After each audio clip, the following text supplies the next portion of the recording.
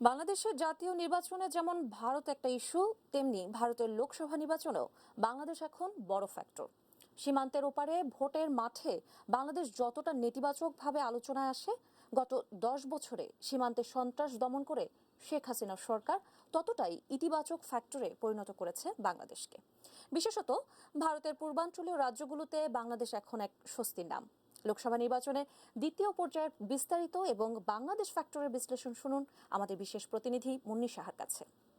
আপনারা আগেই জেনেছেন যে ভারতের লোকসভা নির্বাচনের দ্বিতীয় ধাপ চলছে এবং এই দ্বিতীয় ধাপে আসাম থেকে যে খবর আমরা জানাচ্ছি, আসাম কেন এত বেশি গুরুত্বপূর্ণ। আমরা জানি যে আসামে বাংলাদেশ ফ্যাক্টর, বাংলাদেশের নির্বাচনে যেমন ভারত ফ্যাক্টর, তেমনি আসামের নির্বাচনেও বাংলাদেশ ফ্যাক্টর বারবার ঘুরে আসছে। শুধু আসাম কেন, আসাম এবং নর্থ ইস্টের কিছুটা জুড়ে পশ্চিমবঙ্গ, সবখানেই এবার বাংলাদেশ নামটি বারবার করে উচ্চারিত হচ্ছে। কেন উচ্চারিত হচ্ছে সেটি বলার আগে একটু জানিয়ে রাখতে চাই যে এই দ্বিতীয় দফা লোকসভা নির্বাচনে আসামের 5টি কনস্টিটিউয়েন্সিতে ভোট হচ্ছে। মঙ্গলদৈ, শিলচর, করিমগঞ্জ, নওগাঁ এবং ডিফু, এই 5টিতে। এবং এর আগে প্রথম দফায় অর্থাৎ 11ই এপ্রিলে যে প্রথম দফা নির্বাচন অনুষ্ঠিত হলো, তাতেও 5টি কনস্টিটিউয়েন্সিতে ভোট হয়েছে। মোট 14টি কনস্টিটিউয়েন্সি, 14টি কেন্দ্র বলা হয় এখানকার ভাষায়। সেই 14টি কেন্দ্রের মধ্যে 5 এবং 5 10টির আজকেও 5টি সম্পন্ন হবে, সুতরাং 10টি শেষ হয়ে যাবে, আর 4টি বাকি থাকছে। যদি বলা যায় যে এই আসামের ভোটার সংখ্যা, আসামে ভোটার আছে মোট 1,88,00,000, মোট জনসংখ্যা 3,09,00,000, এর মধ্যে 1,88,00,000 ভোটার এবার ভোট দিবেন। অনেকেই বলছেন, বিশেষ করে এখানকার গণমাধ্যমের কর্মীদের সঙ্গে কথা বলে জেনেছি যে এবারের ভোটের টার্ন আউট একটু বেশি হওয়ার কথা। যদিও আমার পেছনে আমরা দেখতে পাচ্ছি যে ছোট একটা লাইন, কারণ যেই সময়টাতে কথা বলছি অত বেশি ভিড় থাকার কথা নয়।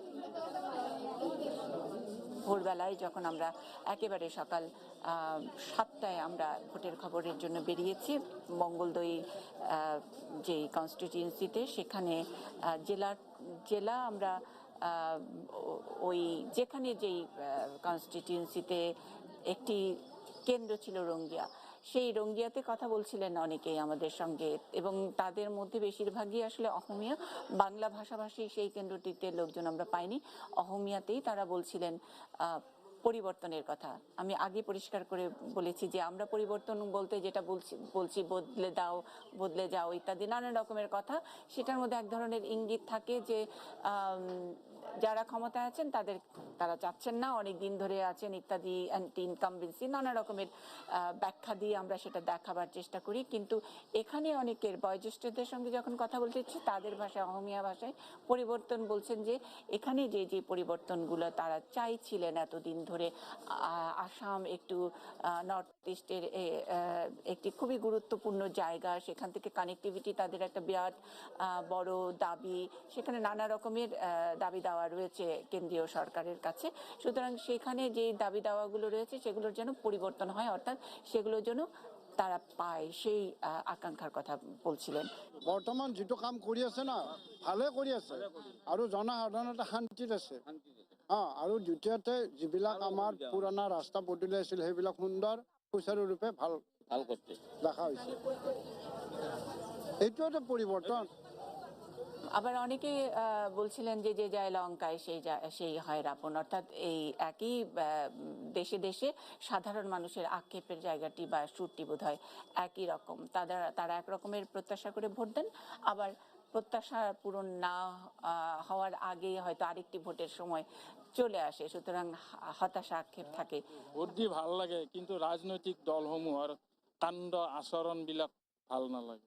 তেখেতসকলে যি যায় লঙ্কাত যি গলে রাবণ হয়, ঠিক তেনেকুৱা ধৰণৰ। রঙ্গিয়ার আরো একটি কেন্দ্রে গিয়েছে যেখানে আসলে বাংলা ভাষাভাষী লোকজনের সংখ্যাই বেশি। আমরা যদি একটু বাংলা ভাষাভাষী বা অহমিয়া ভাষাভাষীর এই টানাপোড়েনটার কথা যদি আবার একটু মনে করিয়ে দিতে চাই আপনাদেরকে, যে আসামে একটা ব্যাপার নিয়ে কিন্তু যদিও উস্কে দেওয়ার চেষ্টা করা হচ্ছে হিন্দু মুসলমান বিষয়টি, একজন অর্থনীতিবিদ তার আর্টিকেলে লিখছেন যে মোদি মডেল, যেটা মোদির উন্নয়ন মডেল, গুজরাট মডেল, সেই গুজরাটের উন্নয়ন মডেল না এলেও বিজেপি বিশেষ করে এবার তাদের নির্বাচনী ইশতেহারে একটু উস্কে দেবার চেষ্টা করেছেন সেই গুজরাটের হিন্দু মুসলিম যেই দাঙ্গা বা উস্কানি, সেটা দেবার চেষ্টা করেছেন। এটি আমরা পত্রিকায় পড়েছি, এরকম মতামত অনেক জায়গায় দিচ্ছেন, প্রথম সারির যেসব গণমাধ্যমগুলো সেখানে এই ধরনের কথা বলা হচ্ছে। কিন্তু একেবারে মাঠের যে ভাষা, সেই মাঠের ভাষাটা একটু অন্যরকম ভাষা। যদি সত্যি সত্যি সেই মডেল আমরা বলি যে গুজরাট মডেল, মানে হিন্দু মুসলমান বিদ্বেষের, একজন আরেকজনকে সহ্য করতে পারছেন না, দেখতে পাচ্ছেন না, সেই জায়গাটি কতটা উস্কে দিতে পারছে, উস্কে দিয়ে ভোট নিতে চাইছে বিজেপি বা নরেন্দ্র মোদী আবারও, সেটার দিকে যদি একটু লক্ষ্য করি তাহলে রঙ্গিয়ার এই ভোট কেন্দ্রের এই দুইজন মানুষের কথা শুনতে হবে, যিনি নিজের পরিচয় দিলেন এবং আমি জিজ্ঞেস করেছিলাম একজন বয়োজ্যেষ্ঠ মানুষের নাম, তার নামটি উচ্চারিত হবার পরপরই তার পাশে তার সঙ্গে থাকা, দীর্ঘদিন ধরে থাকা একজন মুসলিম তরুণ, তিনি বলছিলেন যে কাকা সম্পর্কে, কাকা গলাগুলি করে বেড়ে ওঠা এই মানুষগুলোর সঙ্গে তো যতই রাজনৈতিকভাবে বিদ্বেষ করা হোক না কেন, তা অনেক সময় সম্ভব হয়ে ওঠে না। আজকে এইরকম একটা ক্ষেত পয়দা হয়ে গেছে গা, যে এগুলা মানুষের লগে কথা কইতে নিজেরই লজ্জা লাগে যায়, যে এই যে জাতি জাতি নিয়ে আমার লাগিয়ে গেছে গা, একটা খিদা হয়ে গেছে না, একটা মানে হেরিয়ে গেছে না, এগুলা আমার ছোট কোনে দেখলো, আমাকে বড় হইতে দেখলো, আমরা একলগে উঠা বসা করা, একলগে খাওয়া মানুষ, আজকে যদি কথা পাতি না ভিতরে অল্প হইলেও মানে মানে কিরকম খোট একটা জন্ম দিয়ে দেয়। এবারে নির্বাচনে নানান কিছু নিয়ে আগে থেকে অনেক হইচই শোরগোল আমরা শুনেছি, পত্রিকায় যারা দেখেছি, তারই একটা ইভিএম, এই রঙ্গিয়া কেন্দ্রে ইভিএম বন্ধ অনেকক্ষণ ছিল, বন্ধ প্রায় 4-5 ঘন্টা, সেই সময়টাই এটি নিউজের ক্যামেরা ছিল। সুতরাং সেটি বাংলাদেশের চ্যানেল অথবা ভারতীয় চ্যানেল, সেগুলো নিয়ে কিছুই পরোয়ার নেই সাধারণ মানুষের, তারা এটার একটা সমাধান চাইছিলেন এবং তারা মনে করছিলেন যে যেহেতু ওখানে অনেক বেশি মুসলমান অধ্যুষিত অথবা বাংলা ভাষাভাষী মানুষের সংখ্যা বেশি, সুতরাং ওই জায়গাটিতে এটার মধ্যে কোনো একটা কারসাজি থাকলেও থাকতে পারে। সাধারণের এই যে পারসেপশন, সেই পারসেপশন থেকেই প্রতিবাদ করেছেন আমাদের কাছে। সেই সকাল 6টা থেকে এসে দাঁড়িয়ে আছি, ভোট দিতে পারছি না, মেশিন নষ্ট হয়েছে, আর বাড়িতে তো সবারই কাজ আছে, এতক্ষণ কি দাঁড়িয়ে থাকা যায় বলেন আপনারাই? মাথা ঘুরিয়েছে। একবার ঘুরতে গেছে আকরিজন খবর মাটিয়ে নিছে এলাকা হলে কেনেকা হব, সরকারে ইমান মানুহ হারাসমেন্ট করে দুটা মিচিং রাখিব লাগে, মিচিং বই মানুহ মাতিব লাগিব, আপনারা কব লাগে নহয়, রাখিব লাগে, মানুহ হসপিটালত লাইন গুচি গেলে ইনভিটার থাকে, সরকারও কেন থাকে? যদি বলি এবারের নির্বাচনে বিশেষ করে আসামে যেই ফ্যাক্টরটি কাজ করছে, আগেই বলেছি যে মোদির সেই গুজরাট মডেল হিন্দু মুসলমান, কিন্তু ঠিক হিন্দু মুসলমান নয়, এখানে দুটি বিষয়, একটি আদিবাসী আর একটা হলো অনুপ্রবেশকারী, এরকম দুটি শব্দ দিয়ে আসলে অমিত শাহ এইখানে নির্বাচনী প্রচারণা চালিয়েছেন। অনেকে বলছেন যে এই আদিবাসী মানে সেই পরম্পরায় যারা এখানে বসবাস করছেন তারা, নাকি যারা হঠাৎ করে এসেছেন এরকম, এবং সেখানে বাংলাদেশি শব্দটি বারবার করে ব্যবহৃত হয়েছে। বাংলাদেশি শব্দটি ব্যবহৃত হলেও আমরা যারা বাংলাদেশের মানুষ বা বাংলাদেশ থেকে এখানে এই ভোটের খবর দেবার জন্য এসেছে, তাদের মনে এক ধরনের খটকা লাগে, অনেক সময় নিজেদেরকে মনে হয় যে না, আমরা এত বড় কেন ফ্যাক্টর হচ্ছি। এই জায়গাটি একটু স্পষ্ট করতে চাই, বাংলাদেশি যাদেরকে বলা হচ্ছে তারা আসলে 1971-এর 25শে মার্চের আগে আসা এবং পরে আসা বাংলাদেশি ফ্যাক্টর। তার মানে 25শে মার্চের পরে কোনো দিক থেকে এখানে যদি বাংলাদেশিরা, বিশেষ করে তারা মনে করছেন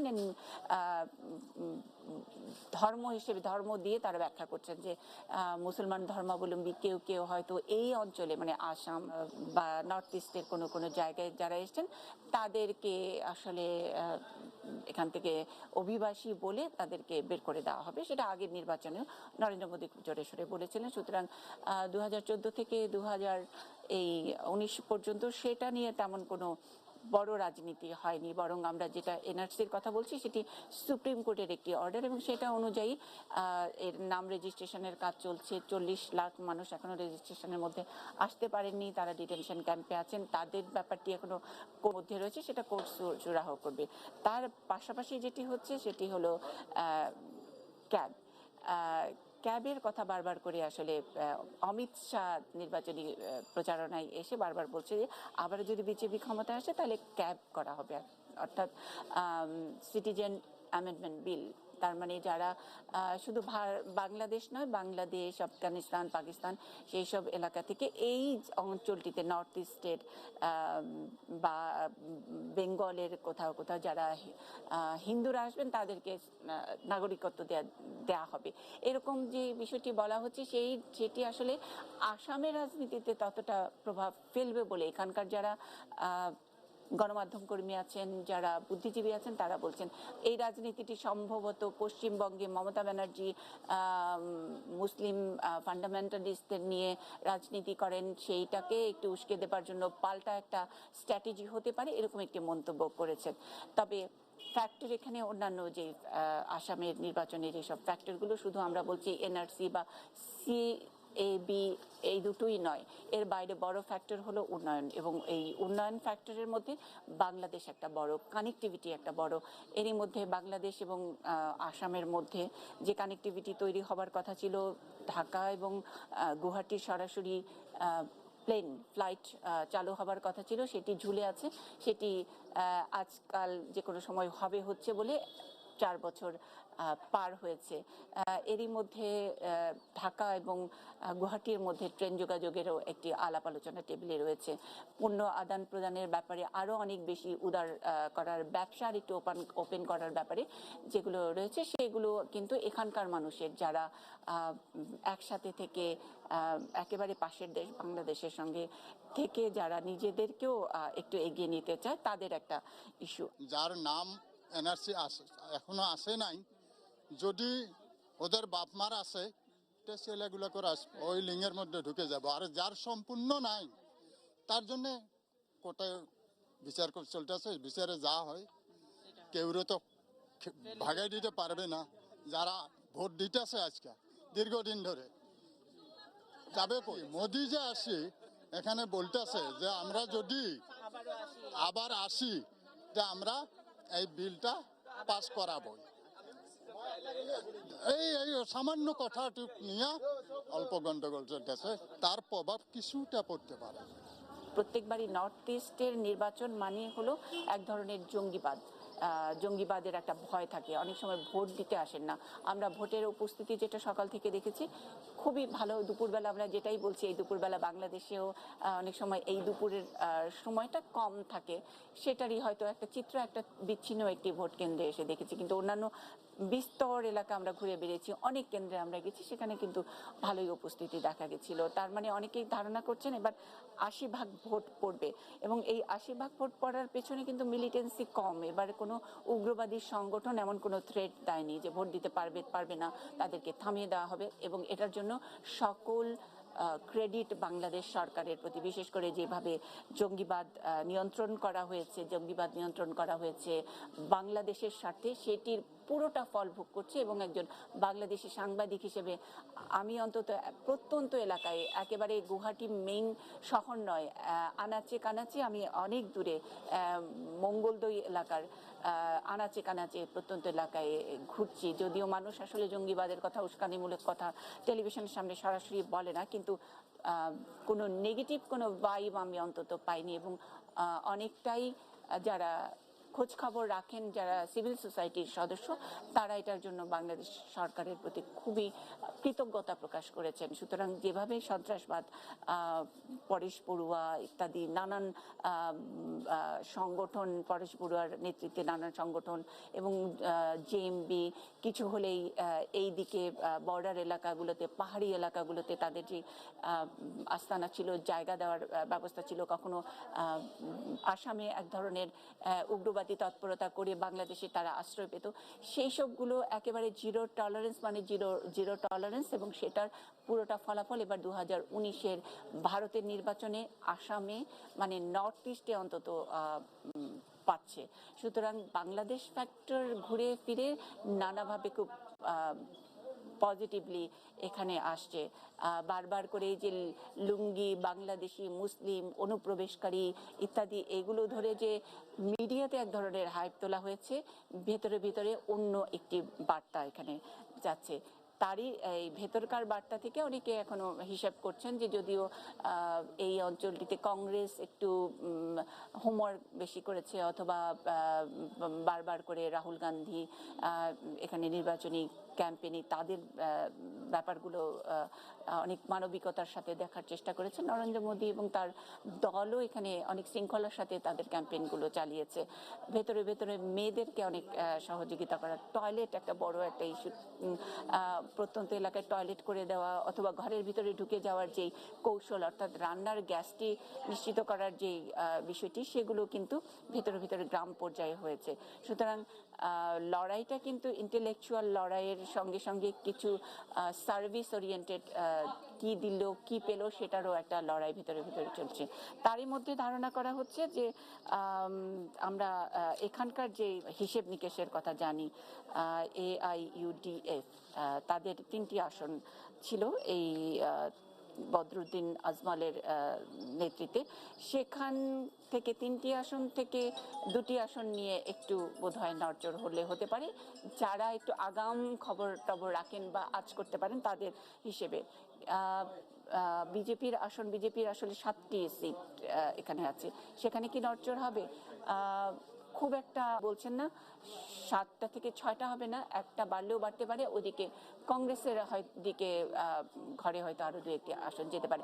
এগুলো আসলে এক ধরনের ইন্টারপ্রিটেশন, আগে থেকে প্রি পোল অ্যাজাম্পশন যেটাকে বলে, সেই নির্বাচন পূর্ববর্তী কিছু ধারণা মাঠ বিচার করে। কিন্তু আমরা বাংলাদেশ ফ্যাক্টর নিয়ে যে বিষয়টি দেখছি, অনেকে এটাকে খুবই নেগেটিভলি দেখলেও এখানে আসাম, বিশেষ করে নর্থ ইস্টে বাংলাদেশ ফ্যাক্টরটি ভেতরে মাঠে খুবই পজিটিভ। বাংলাদেশের সঙ্গে এখানকার মানুষের কানেক্টিভিটিটা খুবই একটা জোর দাবি, প্রাণের দাবি হিসেবে উঠে এসেছে অন্তত এবারের ভোটে। যারা ভেতরে ভেতরে এই দাবির প্রতি আস্থা, তাদের ম্যানিফেস্টোতে তাদের নানান অঙ্গীকারের কথা বলেছেন, তাদের বাক্সেই বোধহয় এবার বাংলাদেশ ফ্যাক্টর ভোটটা যাবে। আসামের মঙ্গলদৈ থেকে মুন্নি সাহা, ATN নিউজ।